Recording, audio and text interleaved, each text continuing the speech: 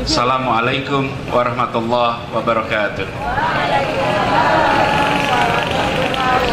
Alhamdulillah, saya benar-benar bersyukur pada siang hari ini bisa berkumpul bersama menghadiri pembukaan Kongres Guru Al-Quran di Jogokarian ini. Dan pada saat Pak Yazir mengabarkan mengenai ini, saya sampaikan insya Allah saya hadir. Bukan saja karena kita punya ikatan yang panjang, tadi disampaikan oleh Pak Yazir, kita ini sahabat keluarga. Pak Yazir dulu bersama dengan Allahyarham kakek saya dan putranya Pak Yazir namanya Sofwan Albana, itu menjadi partner kerja saya selama bertahun-tahun di Jakarta sebelum menyelesaikan doktornya di Jepang. Jadi saya merasa bersyukur, lalu diberitahu ini adalah Kongres Guru Al-Quran Indonesia. Maka saya katakan insya Allah hadir, dan alhamdulillah hari ini bisa bertemu sama-sama dengan Bapak Ibu sekalian di sini. Allahu Akbar. Dan Jogokarian ini bukan tempat yang asing. Saya mainnya masih kecil ke sini, Pak. Saya sekolah di SMP 5, banyak sekali teman-teman yang berasal dari sini. Jadi saya sering main di laboratorium di utara sana. Buat Bapak Ibu dari seluruh Indonesia mungkin tidak hafal, tapi kalau buat saya Jogokarian ini ada Roro Jonggrang, ada Swasti kita, itu semua teman-teman yang sering kita main-main sama-sama. Jadi kembali ke sini seperti kembali ke kampung halaman sendiri. Dan kumpul dengan Bapak Ibu semua Guru Al-Quran Indonesia. Kedua, saya ingin menyampaikan apresiasi. Ibu dan Bapak sekalian menjalankan peran mengajarkan pada anak-anak kita Al-Quran, meneruskan tradisi Rasulullah. Insya Allah bukan saja generasi masa depan disiapkan oleh Bapak Ibu sekalian, tetapi aliran pahala untuk Bapak Ibu sekalian akan terus mengalir sampai di akhirat nanti. Dan Bapak Ibu semua, tema yang diambil di dalam kongres ini adalah membangun keluarga tangguh berbasis Al-Quran, mempersiapkan pemimpin bangsa. Begitu kita berbicara anak muda, pendidikan, maka kita bicara masa depan. Itu bedanya antara lembaga pendidikan dengan museum. Kita datang ke museum untuk lihat masa lalu, tapi datang ke sekolah untuk lihat masa depan.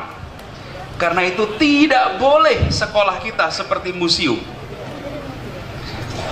Kenapa tidak boleh seperti museum? Museum itu yang ditunjukkan masa lalunya, kehebatan kemarinnya itu yang ditunjukkan di museum. Bapak Ibu datangi setiap museum, pasti bercerita tentang kemarin.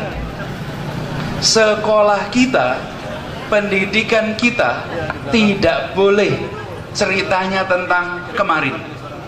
Saya kalau melihat ada tanggalan-tanggalan dibuat oleh lembaga pendidikan, gambar tanggalannya itu kemarin, maka sebenarnya ini lebih tepat dibilang sebagai contoh museum. Lembaga pendidikan harus bicaranya ke depan. Dan Bapak Ibu guru sekalian, para pendidik, Bapak Ibu guru adalah futurologis yang sebenarnya. Karena Bapak Ibu guru menyaksikan wajah masa depan Indonesia di saat Indonesia belum menyaksikan masa depannya. Bapak Ibu yang lihat di kelas-kelas itu. Dan Bapak Ibu sekalian, kita hidup, generasi kita mengalami era perubahan yang luar biasa cepat. Luar biasa cepat. Dan seringkali, apalagi umat Islam, sering kali menghadapi masalah, menang atau kalah bukan karena mampu atau tidak mampu, tapi karena siap atau tidak siap menghadapi perubahan zaman. Siap atau tidak siap. Bapak Ibu sekalian masih ingat ketika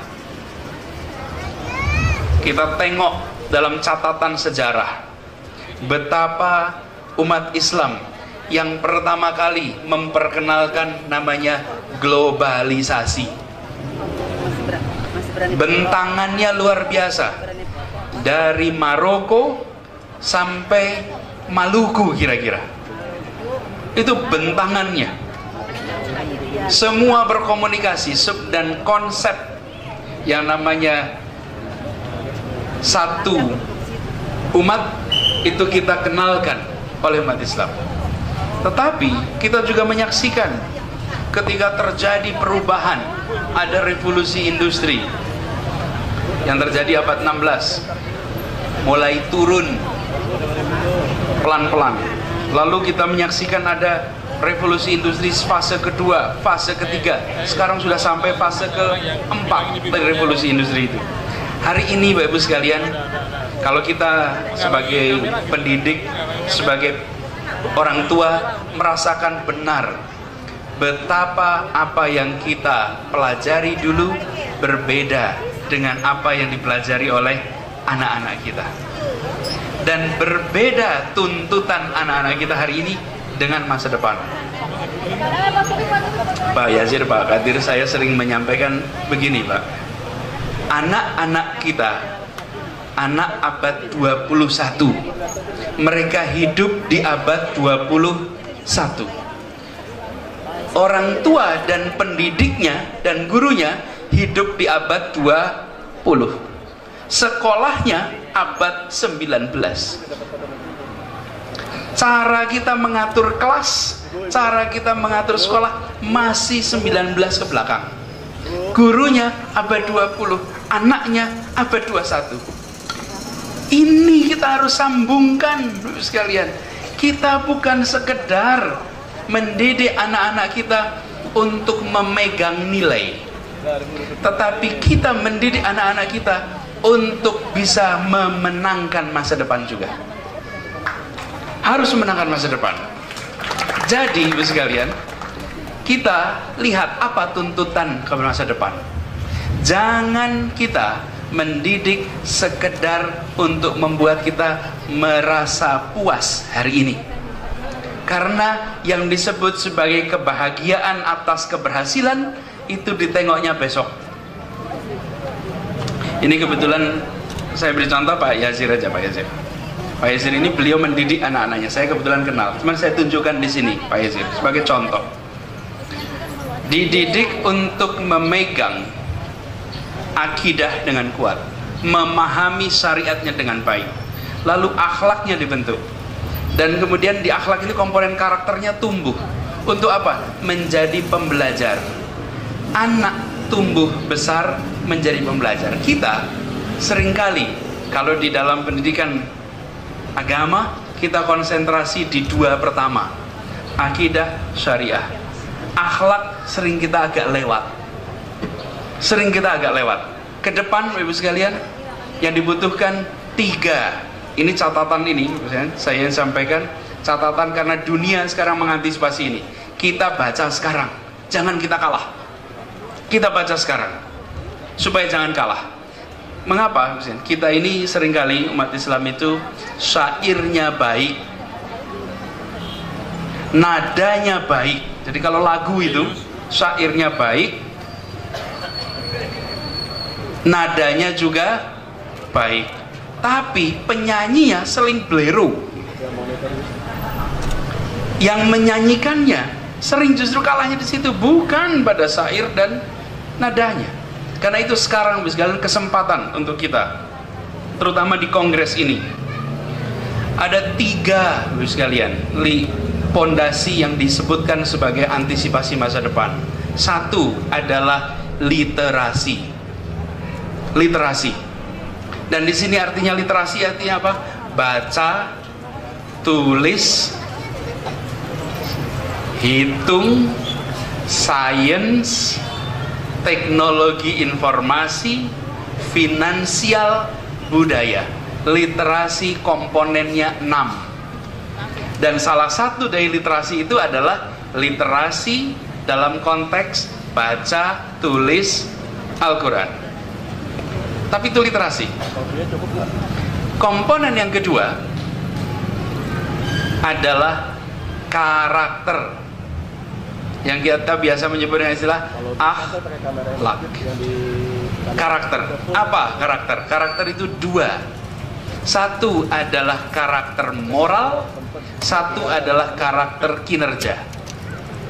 Karakter moral itu adalah misalnya anak yang beriman, bertakwa, berintegritas, jujur, sopan, santun, rendah hati. Itu semua karakter moral.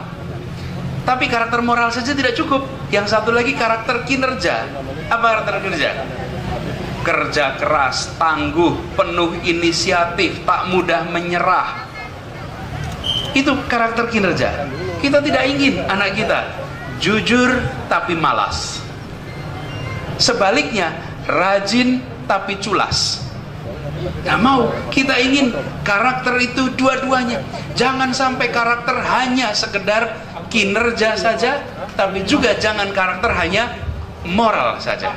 Yang ketiga, 4C yang biasa disebutkan.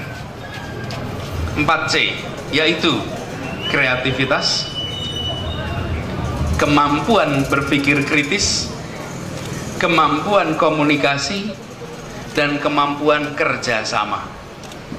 3 pondasinya. 1, literasi. 2, karakter. 3, kompetensi. Yang kompetensi tadi ada 4 komponennya. Dunia sedang bergerak dari pola literasi masuk ke pola kompetensi. Sedang bergerak, Bapak Ibu sekalian. Kitanya yang sekarang harus mengantisipasi perubahan ini. Dan itu artinya di rumah, dan itu artinya di sekolah, dan itu artinya gurunya. Jadi Bapak Ibu, para guru, para pendidik sekalian, kalau kita mengatakan anak kita harus menguasai 3 itu, artinya apa? Kita harus menguasai 3 itu. Jika gurunya tidak mempraktekkan, jangan harap anaknya mempraktekkan. Jika orang tuanya tidak mempraktekkan, jangan harap anaknya mempraktekkan. Karena itu, kita harus membangun karakter-karakter tadi melalui proses. Saya ini sering membiasakan, istilah karakter itu kadang-kadang membuat kita merasa rumit namanya itu. Saya sering karakter itu saya gunakan istilah yang lebih sederhana, yaitu kebiasaan. Karakter disiplin artinya kebiasaan disiplin. Karakter jujur artinya kebiasaan jujur. Karakter kerja keras artinya kebiasaan kerja keras. Supaya apa? Kita bisa menerjemahkan yang disebut dengan akhlak karakter dalam bentuk kebiasaan. Karena itu yang harus kita bangun di semua titik adalah proses pembiasaan. Pembiasaan. Itu sebabnya, Ibu sekalian, kalau kita bicara tentang membangun pembiasaan, membangun karakter, maka pastikan kita tulis dan kita praktekkan kebiasaan-kebiasaan apa yang ingin muncul di anak kita. Suatu ketika, Bapak Ibu sekalian, saya ingin memberikan contoh kasus Jepang. Jepang ini menarik karena Jepang adalah sebuah bangsa yang diperhitungkan di tingkat dunia, tetapi nilai-nilainya tidak dia buang. Kita ingin seperti itu, bukan? Nilainya Islam, nilainya Qurani, tetapi kompetensinya dan wibawanya level dunia. Betul tidak? Kita ingin seperti itu. Bagaimana cara mereka melakukannya? Dengan pendidikan. Dengan pendidikan. Dan pendidikannya pada proses pembiasaan. Ini pengalaman pribadi. Satu ketika saya sedang belajar di sana, kami ada libur beberapa hari, jadi ingin naik ke puncak Gunung Fuji. Para mahasiswa itu ber-25, kita naik. Tahunnya sekitar 93. Sampai di atas, dari 25 itu tinggal 5-6 orang. Sepanjang jalan itu kita bawa tongkat, yang tongkatnya itu distempel pakai besi panas tiap pos. Jadi bukti kalau sudah sampai puncak itu ada stempel besi panas. Pos 1, pos 2, pos 3, pos 4, sampai pos puncak. Atau kalau tidak mampu beli tongkat, pakainya kertas. Saya termasuk yang pakai kertas, karena harga tongkatnya lumayan agak mahal. Teman saya yang dari Thailand pakai tongkat, dicap. Kami punya cap gitu. Pulang, lelahnya luar biasa karena naik ke atas. Jadi kita pulang naik taksi. Mahasiswa-mahasiswa itu turunan naik taksi dari tempat kita turun ke tempat kita tinggal di sebelah selatan Tokyo. Panjang perjalanan, semua kita tidur di jalan. Masuk taksi, tongkatnya taruh di belakang. Di kalau apa taksi itu belakang ada kaca, di tempat speaker itu tongkat-tongkat taruh situ.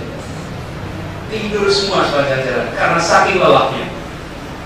Begitu sampai bayar, turun, taksinya bablas, tongkatnya terbawa taksi, lalu semuanya tidur, bangun, turun. Lah itu bukti kalau sampai puncak. Sekarang zaman itu belum ada HP, tidak bisa SMS, habis sudah. Saya yang pakai kertas, yang masih senyum karena saya masih punya bukti nih, saya sampai ke puncak. Yang pakai tongkat, nah sudah, dilepas, dilepas itu, dilepaskan. Gelonya luar biasa, karena ngulangi gelahnya top, lepas sudah. 3 hari kemudian, kami turun di tempat kami tinggal, asrama. Ada pengumuman besar sekali, dituliskan bahwa siapa merasa kehilangan tongkat di taksi nomor sekian hari ini, tujuan dari mana. Supir taksi itu tidak tahu siapa penumpang-penumpang itu. Dia mengirimkan tongkatnya dibungkus rapi dari kota tempat dia tinggal, dikirim kembali ke hotel itu, yang ke asrama itu, yang dia tidak tahu dikirimnya ke siapa. Dikirimkan ke asrama itu, hanya disebut saya mengantarkan penumpang tanggal sekian, jam sekian, ini tongkatnya. Diantar kembali, dan kita semua terheran-heran semuanya. Barang hilang bukan hanya ketemu, dikembalikan pakai ongkos dari si supir taksi. Apa yang terjadi, Ibu sekalian? Dia dididik untuk terbiasa membedakan mana miliknya dan mana bukan miliknya. Terbiasa melalui proses pembiasaan. Jadi kalau lihat ada barang bukan miliknya di tempat dia, maka kebiasaannya adalah mengembalikan. Dan kalau ditanya, dia bingung kenapa dianggap salah. Kalau kita tanya, Bapak kenapa kok dikembalikan? Pasti nggak bisa jawab. Ya bukan punya saya. Ya sederhana sekali. Tidak ada bicara demi kejujuran, demi penegakan, nggak ada. Ya bukan punya saya.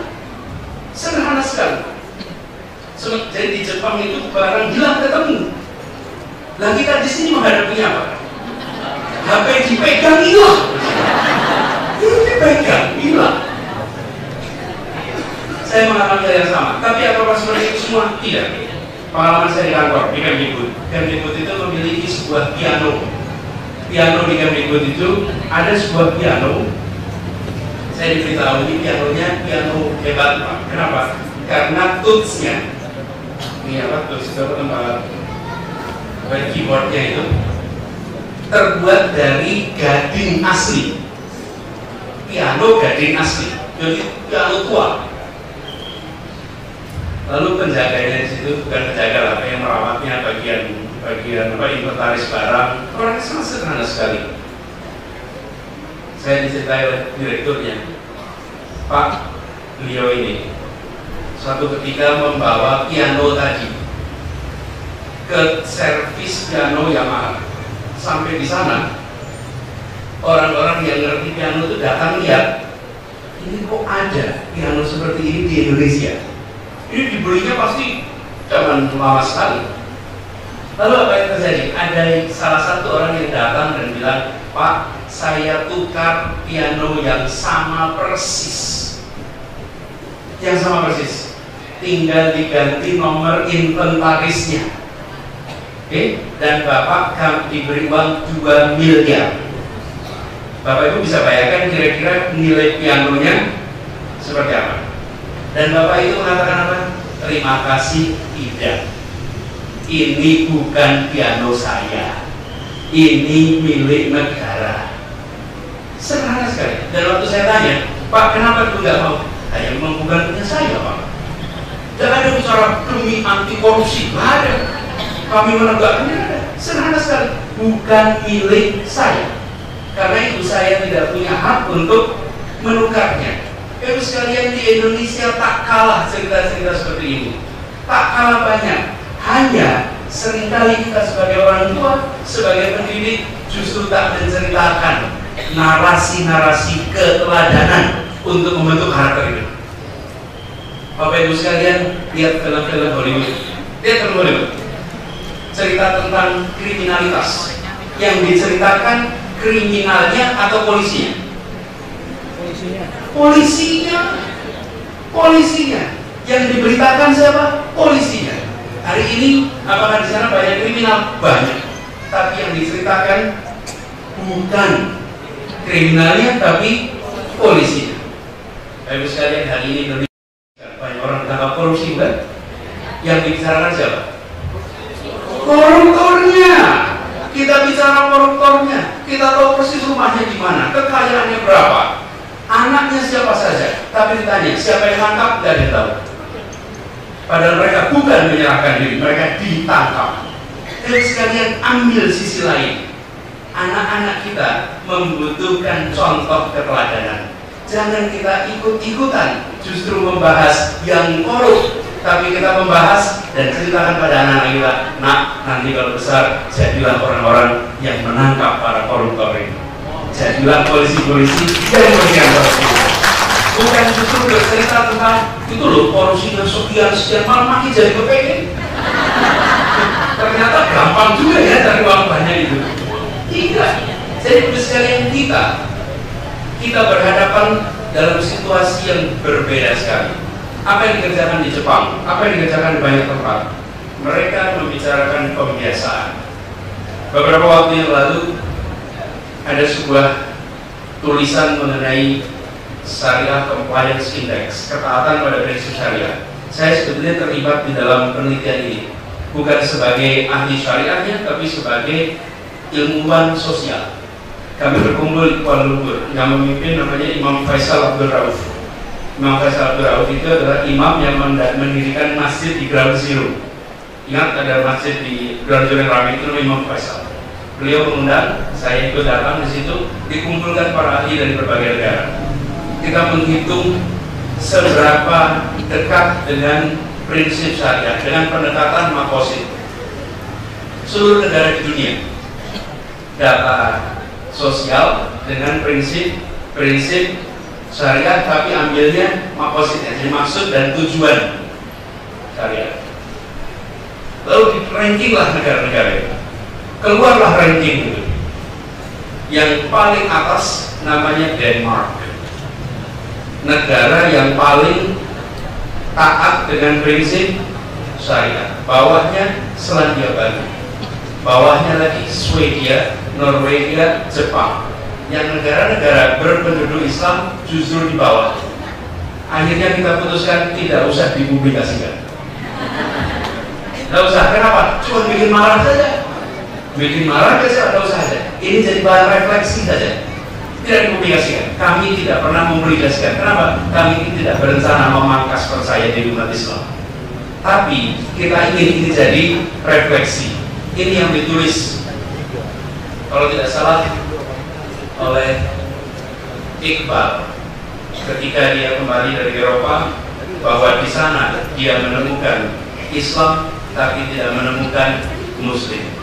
Pulang ke kampung halamannya menemukan Muslim tapi tidak ketemu Islam. Yang Bapak Ibu didik adalah amanat anak-anak untuk menjadi generasi Qur'ani, bukan labelnya tapi substansinya.